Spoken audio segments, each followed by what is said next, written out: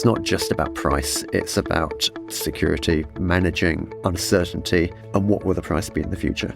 From a customer perspective, that volatility is probably now here to stay. There's lots of different opportunities to help manage that volatility, but it depends on the energy consumption patterns and what they are willing to invest. Hello and welcome to Talking Power, brought to you by The Energist in partnership with EDF.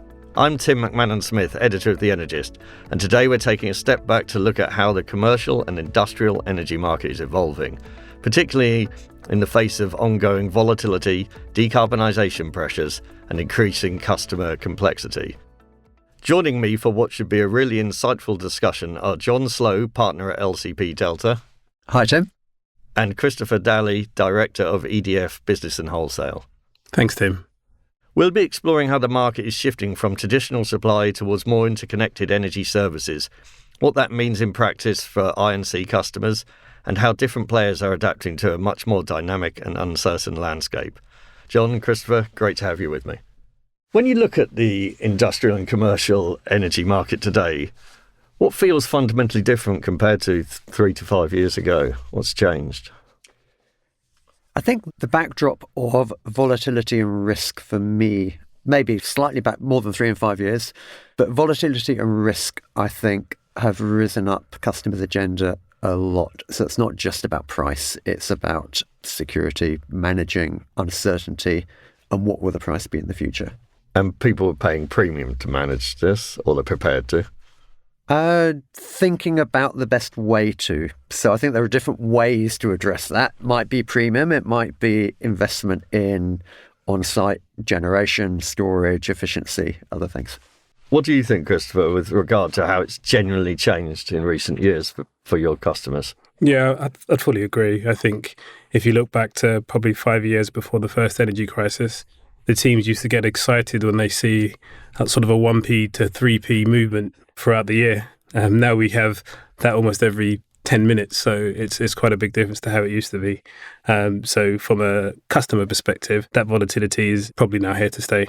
And can you both of you delve into sort of a little bit what you mean by they're managing their volatility? What sort of things are being done? It's a question of where the risk lies, I think, because ultimately someone's going to be exposed to that volatility risk of prices moving about. And if you're a sophisticated energy customer, then you might have appetite to manage that yourself. But for a lot of energy customers, they don't want to go anywhere near that risk. So they'll ask EDF Energy or others to manage that on their behalf. And they might pay a little bit more, but they might not take that risk. And is any of this technology-based, on-site generation, batteries, using all these as a way to mitigate market costs? Increasingly. So I like to think of energy shifting a little bit from an OPEX market to a CAPEX market. So it used to be customers would just see energy as a commodity they procure and units of kilowatt hour, who can give me the cheapest price. Now, customers can actually take a lot more control over their energy through solar, through battery. Used to be combined heat and power, maybe not so much now with the way electrification is going. So taking control through on-site assets, that's sort of the CAPEX part. And then the really interesting part is how you knit together those assets with the energy that you're buying. And if you do that well, then that can be a really powerful tool to manage both price and volatility and risk. I mean, how do you sleeve in accounts where people have suddenly got a battery and they wanted to sell back, that are becoming a prosumer because of on-site gen and whatever? How's that work on a day-to-day basis with contractual obligations? Yeah, well, I think it's fair to say the last few years, we're tending to find people had on-site generation, and you'd only notice that through some of the consumption patterns changing. So what we had to do is make sure we were quite proactive and engage with our customers to find out what they were doing. And as part of our shift from looking at ourselves as an energy provider to energy partner, to make sure that we can be supporting the customers on all of their journeys. And I think what you mentioned, Jon, is a really good segue into why we put our B2B business together and our wholesale business together, because we are seeing the need for more complex trading and optimization strategies coupled with the business customers' need, which is part of the fundamental reason of why we believe we're probably quite unique in the market of being able to trade the energy, optimize the energy, and supply the energy all within one team. And is there, apart from there being an interest in it, is that appetite actually translating, are customers actually doing this in large numbers? I think it's all down to the maturity of the customer. So we have quite a breadth of types of customers, from very large C&I customers to medium-ranked B2B customers. So the more complex customers are certainly more interested in looking at more complicated deal structures and pricing structures, whereas some of the more smaller and customers who almost want to outsource the problem are still quite happy to have a fixed price deal. Aligning supply, markets and assets sounds attractive, so why is it still so hard in practice? I think it's a stage of where we're at in development. It's quite immature, might be the wrong word, but for some customers, I think it feels a bit like going on an energy adventure. If you were used to just buying commodity, then it depends, like you were saying, Christopher, some sophisticated customers have got a person, a team managing their energy requirements. For others, it's a bit part job. So it depends very much on how much resource the customer's got, whether it's a board level issue or not. I mean, is that just dependent on how much energy they use? If they've got dedicated teams, if they're a steel producer, and how much and what proportion of their cost it is. And yeah, if you're an industrial customer, we've got amongst the highest electricity prices for industrial customers in Europe. So you'd have to be very good at managing energy. Exactly. But I think it's becoming a bigger issue as we see energy moving up the agenda. More and more customers are starting to look at energy more strategically. And to invest in an asset is quite a big decision. If you're just used to buying kilowatt hours and now you're thinking, should we put solar on our roof? Should we buy a battery? Or we're electrifying some of our fleet. We've got EV chargers. How's that going to work with our tariff? Then these are quite big new decisions. And some customers will have the confidence to go forward with that themselves. Christopher, I guess some need a partner like EDF Energy or others to guide them through that. So I'm quite curious, are you getting customers coming to you saying, we want to do something, we're not sure what, as well as the customers you described where you find, that customer's got a battery, maybe we can help them? Absolutely. So we see the range of products being, whether it be a single isolated product from supply to a fully integrated solution. And some people already have their batteries and solar that want us to optimize it. Some of them will ask us for a solution to include it, and we provide that as a service.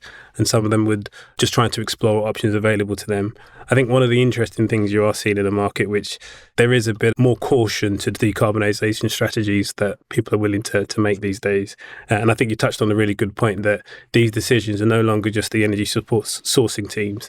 They're actually decisions that go up to the CFO. Having a CapEx outlay is quite a big strategic decision to make.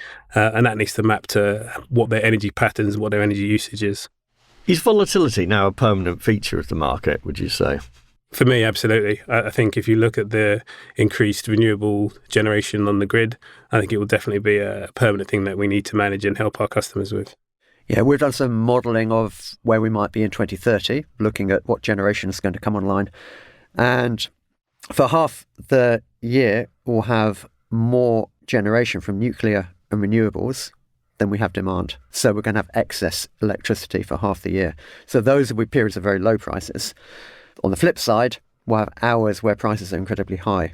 So volatility is for sure going to be an enduring feature. How much that gets dampened by batteries, by demand side flexibility, that will dampen it a bit. But I think the wholesale markets are so deep and wide that volatility is going to be enduring. It's just a question of exactly how much. Both of you mentioned as primary drivers the generation mix, but the market design, the geopolitics, this is all driving it too, yes?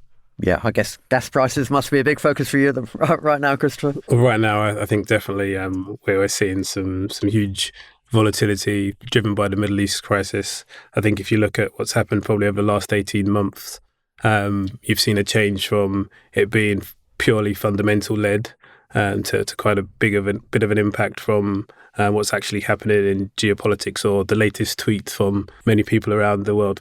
Obviously, we've spoken briefly of on-site generation, flexibility, and that obviously includes batteries and arbitrage of that and so on. But what are the expectations versus reality? Yeah, so I think it's definitely what we try to do in EDF is make sure we have honest conversations around flexibility is not going to be the one sole source and solution to any challenges you have in managing your energy sort of costs. No silver bullets. Yeah, absolutely no silver bullets. But what we do see is there is opportunity to help with some of your energy costs, whether that be through bringing assets that can absorb energy when it's cheap and release them when it's more cost effective, or whether that be through different changing in your consumption patterns. We also help customers with how to reduce their consumption with different types of energy saving techniques, etc. So I think definitely there's lots of different opportunities to help manage that volatility, but it depends on the energy consumption patterns that they have and what they are willing to invest in or not. Yeah, I think customers' expectations, we find when we talk to customers, they're really varied actually. And I think it's an education journey for a lot of customers. Like you were saying earlier, Tim, this is often quite new for customers. So to make a big investment decision or a long-term commitment might take quite some time. You've got to align the stakeholders in the business. So like you were saying, Christopher, the finance director, might be the operations director, might be the site manager. There's a lot to align. So I think expectation management and that journey of, okay, where are we now? What could we do? And then getting all the organisation to move together does take time. Yeah, and I think the key thing for customers to think about is not just the short-term win to manage your energy over the next 6 to 12 months. You have to have that long-term vision. So unfortunately, you can't pick up a battery today or pick up some solar today and plug it in and avail of some of those savings immediately. It is around like, what's your 5 to 10 year strategy? How do you see yourself using energy consumption over the next 5 years, and then choosing the right energy partner to help with those decisions from the long-term view? Yeah. I mean, would you say, obviously, it's with the volatility and the technologies and even market design, I mean, is complexity driving innovation, or is it creating paralysis for the buyers? Definitely driving innovation.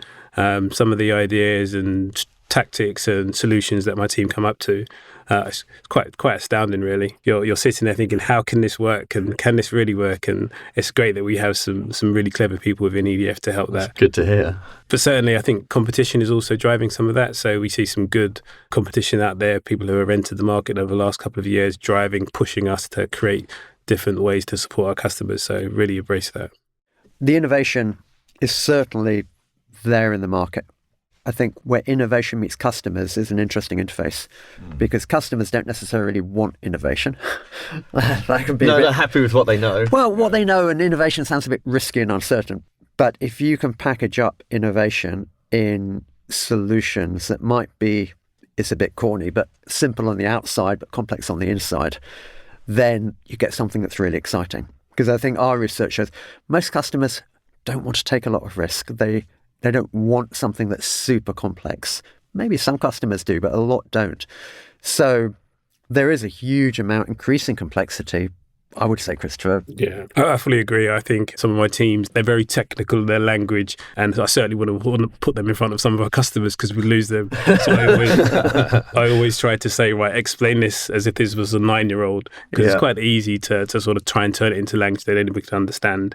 And I've been pushing the teams quite a bit recently to try to find ways to make it really simple for a customer. So over the next 2 years, what is their cost that they're going to achieve? We'll take the complexity, we'll take the ambiguity, we'll take that risk, but let's make it and package it in a simple way that the customer knows what their fixed outcomes will be.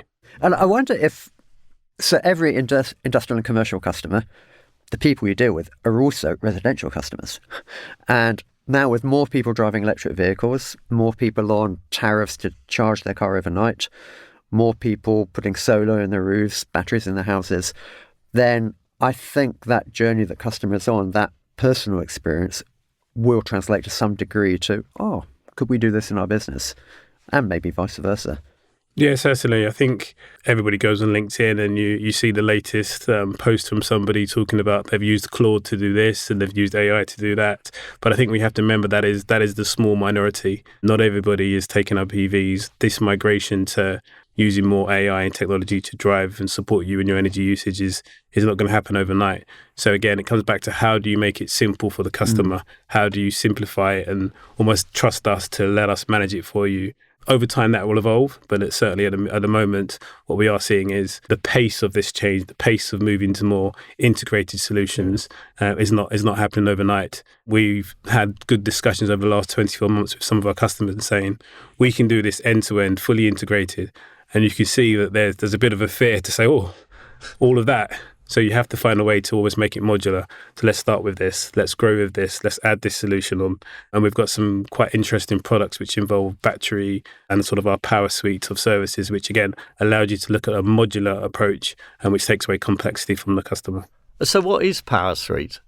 So Power Suite is our offering around integrated services. It's sort of a power as a service type of offering where we take away the complexity of all the different modules, whether it be PPA, flexibility, optimization, metering, infrastructure. We take that away and we provide an energy partnership with the customer, which provides the end-to-end solution. And that might be modular or it might be a full end-to-end solution. Is decarbonisation still a big driver, or is it affordability back in charge? I think every customer wants to ensure that they have the appropriate decarbonisation strategy, but I think energy security and having an understanding of what their costs would be, more assurance of that is certainly probably at the top of their list. And what we try to do is create enough tools and visibility for our energy buyers within the customers to make those educated decisions. And when they don't have those teams that we've talked about, how can we make it simple for them and manage it for them? That's interesting. You echoed what Jon said earlier. Is price certainty more important than cheapness, as it were?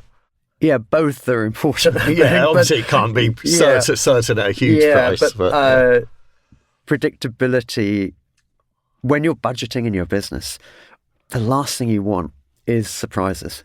So I think people will pay a premium for certainty, or they will really value certainty. Yeah. Yeah. And I think we can definitely see that in some of the conversation we've had with our customers. As you can imagine, over the last few weeks, there's been quite a lot of volatility. And we've made sure we've reached out to some of our customers and sort of said, right, this is the situation. You are on a flex type of contract. How can we help you have some price certainty in the short term and also the long term? Not every customer wants a fixed price because we also have to put in the appropriate risk margins within that. But having the flexibility over some of the flex contracts is really important. And that constant engagement with the customer around when to fix, when to flex is something that we have to make sure that we're on top of. Where do suppliers overpromise and what should customers be more sceptical about, would you say? I think customers, sceptical is maybe the wrong word, but I think be wary of quick wins or people promising quick wins. So maybe come back to what you were saying, Christopher, like customers ideally should have a strategy, a 5-year, 10-year view of what they want to do with their business, how energy is going to be a part of that and how to manage their energy costs and uncertainty. So I'd be wary of people coming along saying, do this and we'll take a third of your energy costs and sit back and relax, everything will be fine. Yeah, having a strategic approach, I think, is the most important thing rather than having a mindset of quick wins. And I think I'd probably build on that. For me, I think you have to have the right balance. A customer should be looking for the right balance between having a partner who is great at tech, but also the experience of a supplier managing in the energy industry. You get stories and promotions out there around, I've got this new piece of tech that is going to make your life easy, brilliant. It solves everything. We only have 5 people in the office. Actually, you need experienced people to be able to support and manage customers along that journey. So the blend of having experienced people who understand what's happening in the energy market whilst also great tech is certainly the way we see customers should be looking. Obviously, having your areas of expertise across a number of energy areas, I mean, do integrated models become standard or remain niche, would you say? Will there be only a few players who have that breadth? I think there will be a few players who have the breadth. And I think it's really important for certain customers, because it's not for everybody and not everybody needs a complex deal.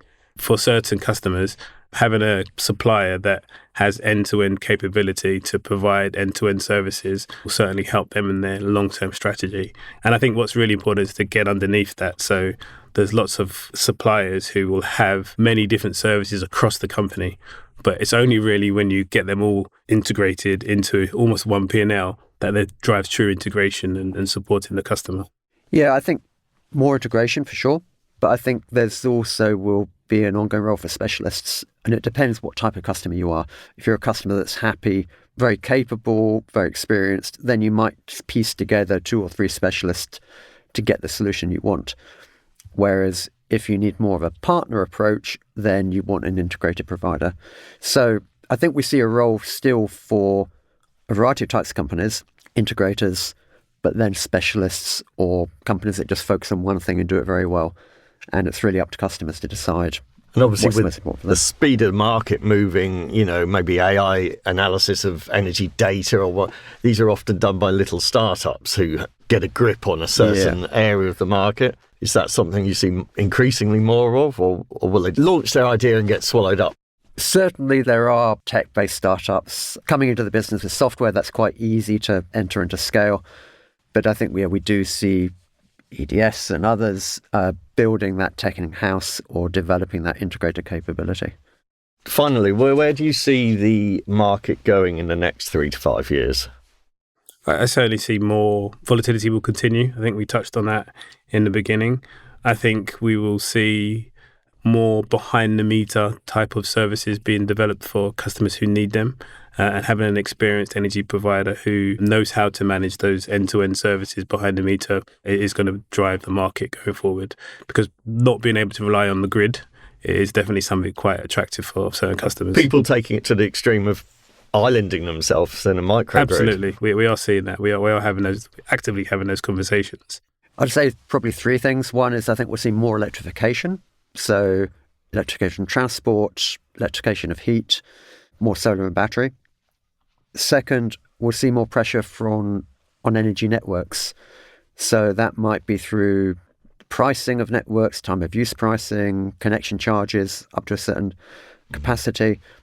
And then thirdly, we'll see that volatility that Christopher said. So the opportunity is really to piece those together and use electrified assets, orchestrate them together, manage those for network charges, wholesale market, ancillary services, and then do that in an integrated way with your commodity.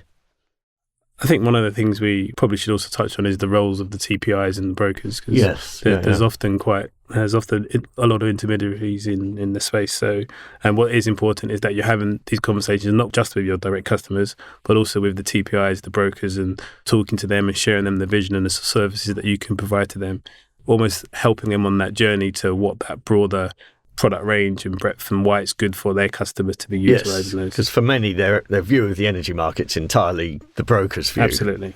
Yeah. Thank you both so much for your time today. That was really interesting. Thank you, Jon. Thanks, Tim. And if you want to see more about our research, you can find more about LCP Delta on LinkedIn or our website. And thank you, Christopher. Thank you, Tim. And if you'd like to find anything else out about EDF Business and Wholesale, please drop by our LinkedIn page. And if you want the latest news and views, go to theenergist.com. Thanks for listening.